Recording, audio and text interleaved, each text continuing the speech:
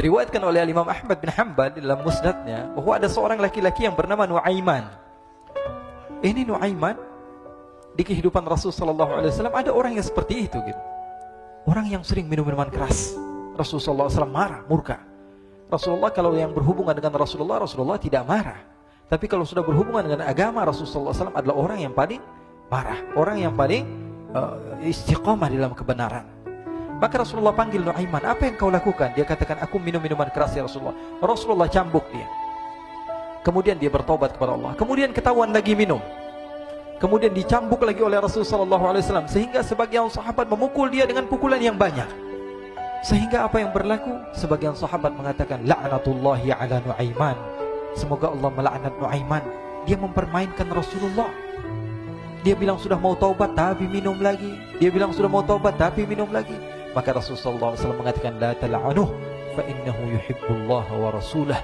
Kata Rasulullah, jangan kamu laknat Nuaiman, karena dia itu cinta sama Allah, cinta sama Rasulnya. Dalam riwayat dia dicintai Allah dan dicintai oleh Rasulnya Muhammad sallallahu alaihi wasallam. Ibn Majah menceritakan bahwa Nuaiman ini pernah suatu waktu diajak oleh Sayyidina Abu Bakar pergi ke negeri Syam. Negeri Syam itu di mana? Seperti yang diceritakan tadi, antara daerah Suriah, Lebanon, Yordania, kemudian Palestina. Daerah seperti itu. Umumnya orang Quraisy pada masa itu mereka memiliki rihlah berdagang, membeli dagangan ke Syam, kemudian dijual lagi di kota Makkah.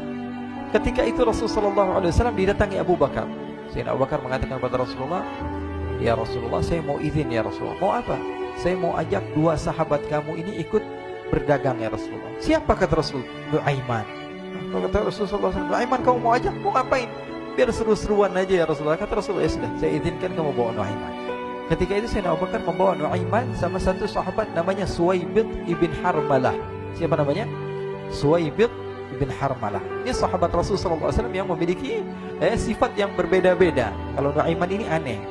Pernah Rasulullah SAW dibawain makanan banyak, dikasih Rasulullah, dikasih sahabat semua. Semuanya sudah makan, tiba-tiba si Nuaiman ini, sahabat Nabi Nuaiman mengatakan kepada Rasulullah, ya Rasulullah, ini yang penjualnya, tolong kau yang bayar ya Rasulullah. Makanan udah habis. Makanan udah habis. Rasulullah SAW bingung, saya yang bayar. Akhirnya Rasulullah katakan kepada sahabat, ayo keluarkan uang, kita patungan, kita bayar. Rasulullah aja dimainin, apalagi kita orang. Sallu ala Nabi Muhammad. Nuaiman diajak Sayyidina Abu Bakar. Kata Rasulullah SAW, benar kamu mau ajak Nuaiman? Iya ya Rasulullah. Diajaklah akhirnya. Diceritakan dalam riwayat Ibn Majah, diceritakan juga dalam Siyar A'lam An-Nubala, diceritakan juga dalam Musnadnya Imam Ahmad bin Hanbal, dalam riwayat Imam Ahmad bin Hanbal. Maka diceritakan Nuaiman diajak oleh Sayyidina Abu Bakar. Sesampainya di negeri Syam, semua dibagi tugas. Fulan bin Fulan kerjaannya ini, Fulan bin Fulan kerjaannya ini, semua memiliki kerjaan. Nuaiman tanya, wahai Abu Bakar, kerjaannya saya apa wahai Abu Bakar? Kata Sayyidina Abu Bakar, kamu mau ngapain terserah kamu wahai Nuaiman. Yang penting kamu ikut saya kan. Kemudian satu di antara mereka namanya Suwaibid ibn Harmalah. Ditanya oleh Sayyidina Abu Bakar, wahai Suwaibid, kamu mau kerjaan apa?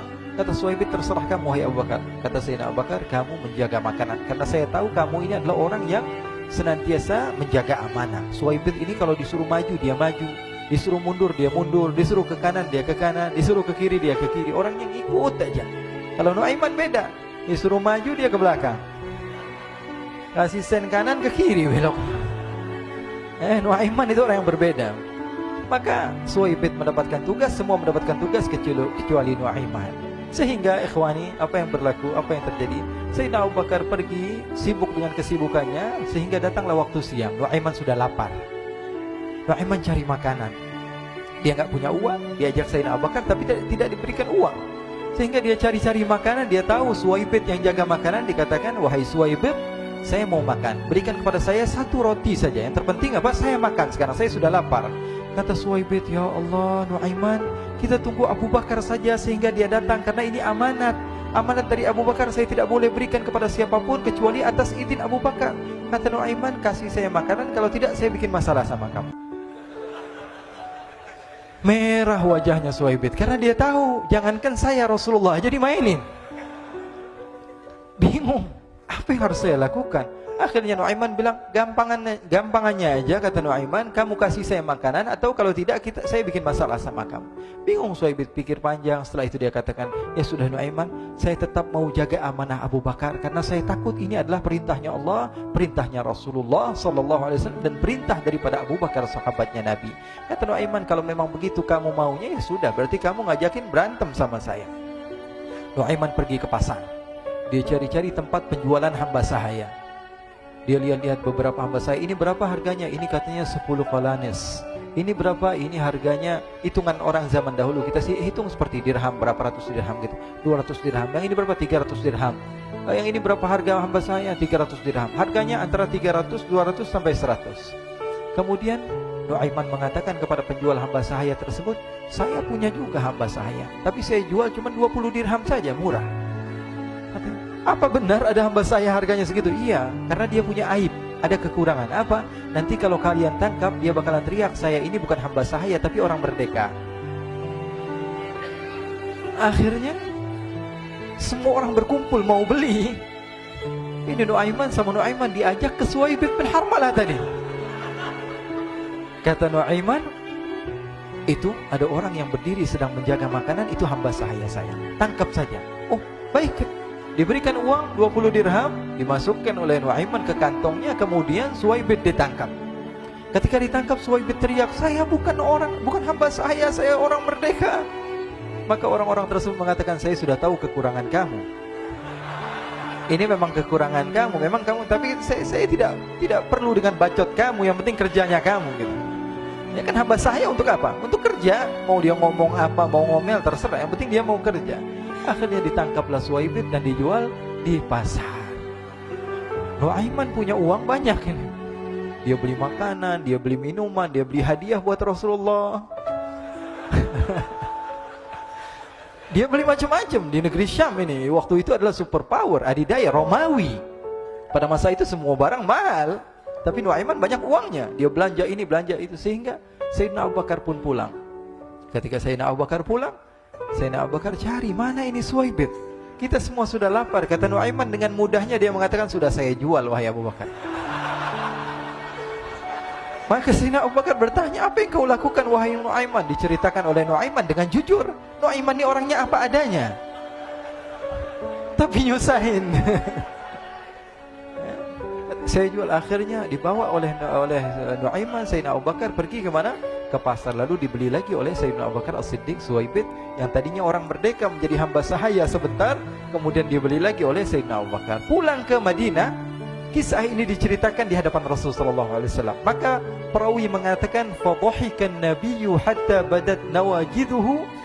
Ketika diceritakan kisah Nuaiman tersebut dengan Suhaib, Rasulullah tertawa sejadi-jadinya, sehingga gigi geraham Rasulullah SAW nampak di wajah mata para sahabat.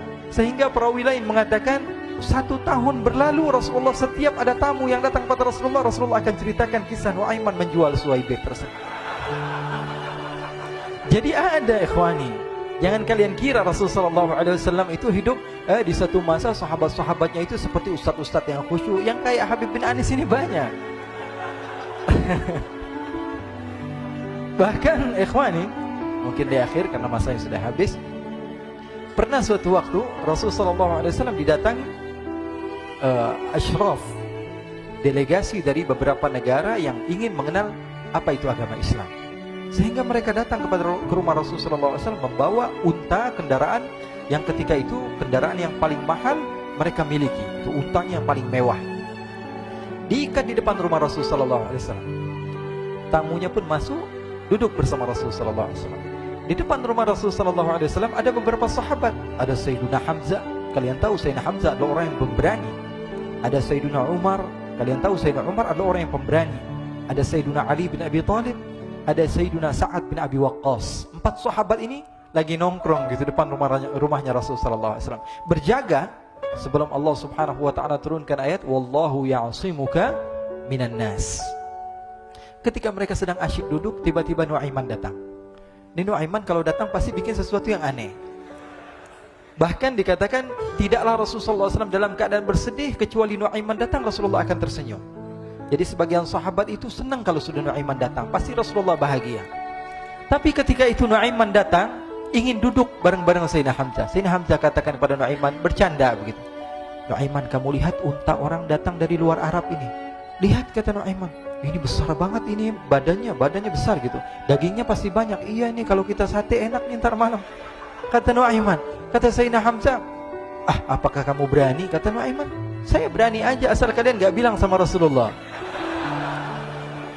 Kata Sayyidina Hamzah, benar wahai Nuaiman, benar kan? Akhirnya Sayyidina Hamzah lupa masalah itu, cuma bercanda-bercanda saja. Sayyidina Hamzah lagi asik sama Sayyidina Umar, Sayyidina Ali. Tiba-tiba apa? Ternyata ketika dia melihat unta tersebut sudah pisah antara kepala sama badannya.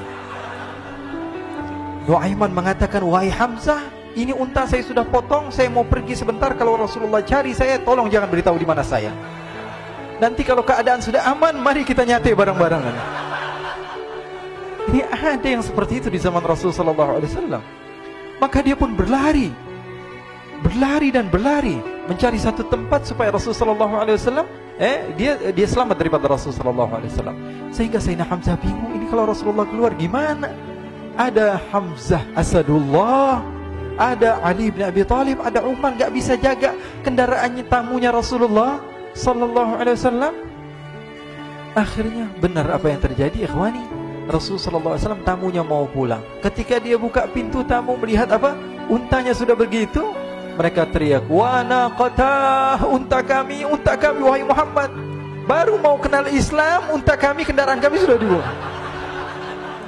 Rasulullah SAW lihat Sayyidina Hamzah, lihat Sayyidina Ali. Mereka gak bisa ngomong, mereka hanya bilang apa? Nuaiman ya Rasulullah. Rasulullah perintahkan Sayyidina Umar, wahai Umar, sekarang kamu ambil uang, kemudian kamu gantikan, kemudian kamu berikan 2 kali lipat daripada harta unta ini, sehingga apa? Agama Islam tidak didengar dengan sesuatu yang tidak baik di luar sana. Akhirnya diberikan harta, diberikan unta yang baru dan diberikan harta yang lebih untuk orang tersebut, sehingga orang tersebut tidak menjelek-jelekan agama Islam. Kata Rasulullah SAW, dan sekarang waktunya kita balas dendam sama Nuaiman. Nuaiman ternyata berlari tempat yang jauh sampai hampir keluar dari kota Madinah. Dia dapatkan seorang sahabat Nabi yang hadir juga dalam peperangan Badar, namanya Al-Miqdad bin Al-Aswad. Siapa namanya? Al-Miqdad bin Al-Aswad ketika itu sedang menggali sumur. Ketika sedang menggali sumur, Nuaiman datang. Nuaiman katakan kepada Miqdad, wahai Miqdad, wahai sahabat Rasul, kamu orang yang hadir dalam peperangan Badar, kamu adalah orang yang hebat. Dipuji-puji sama Nuaiman. Ada maunya ini. Akhirnya dia bilang, wahai Miqdad, tolong saya. Kenapa wahai Nuaiman? Kamu ini kekasihnya Rasulullah, orang yang disayang sama Rasulullah. Kenapa? Saya ini sedang dikejar-kejar orang jahat. Tolong selamatkan saya. Saya pengen masuk ke dalam sumur, boleh atau tidak? Kata Miqdad, siapa yang mengejar kamu? Pokoknya saya dikejar sama orang-orang. Kamu mau atau tidak selamatkan saya? Ya sudah, selagi kamu itu adalah sahabat Nabi, silahkan kamu masuk. Masuk akhirnya Nuaiman ke dalam sumur tersebut. Lalu Nuaiman mengatakan, wahai Miqdad, dia keluar lagi. Nanti kalau ada yang cari saya, tolong jangan beritahu saya di dalam sumur ya. Kata Miqdad, baiklah. Kata Nuaiman, siapapun yang bertanya tentang saya, kamu tidak akan kasih tahu? Iya, kata. Walaupun Rasulullah yang tanya saya? Katanya, enggak mungkin Rasulullah datang ke tempat sejauh ini. Iya, walaupun Rasulullah. Akhirnya masuk Nuaiman. Setelah beberapa menit Rasulullah dan rombongan benar datang. Miqdad bingung ini. Ini kenapa Rasulullah datang ke RW kami ini? Ada apa yang Rasulullah sampai sejauh ini? Ditanya, ya Rasulullah, ada apa ya Rasulullah? Kata Rasulullah, saya cari Nuaiman. Di mana Nuaiman? Innalillah, kata Miqdad. Enggak dijawab ini Rasulullah. Kalau dijawab saya ingkar janji. Akhirnya apa dia katakan? Wahai Rasulullah, mata saya tidak memandang kepada Nuaiman, tapi tangannya nunjuk ke dalam sumur. Sahabat. Apa dia bilang? Mata saya tidak melihat kepada Nuaiman, tapi tangannya nunjuk ke sumur. Akhirnya dibuka sama Rasulullah, Nuaiman muncul. Kata Rasulullah, Nuaiman, kamu bikin malu saya, wahai Nuaiman. Ya Rasulullah, yang bersalah bukan saya, tapi orang yang mencari saya bersama kamu ya Rasulullah. Akhirnya Rasulullah nengok siapa, ternyata Nuaiman sudah lari kabur. Sallu ala Nabi Muhammad. Kisah-kisah seperti ini sebenarnya banyak sekali ya. Ini menunjukkan kepada kita bahwa kehidupan Rasulullah itu begitu indah. Rasulullah SAW, kalau kamu mau menjadi orang yang baik, contoh Rasulullah. Mau menjadi bapak yang baik, contoh Rasulullah. Mau menjadi pemimpin peperangan yang baik, Rasulullah. Mau menjadi murid yang terbaik, contoh Rasulullah. Bagaimana akhlak Rasulullah. Mau menjadi suami yang baik, contoh Rasulullah. Dalam segala hal, apapun itu Rasulullah SAW adalah makhluk yang paling terbaik.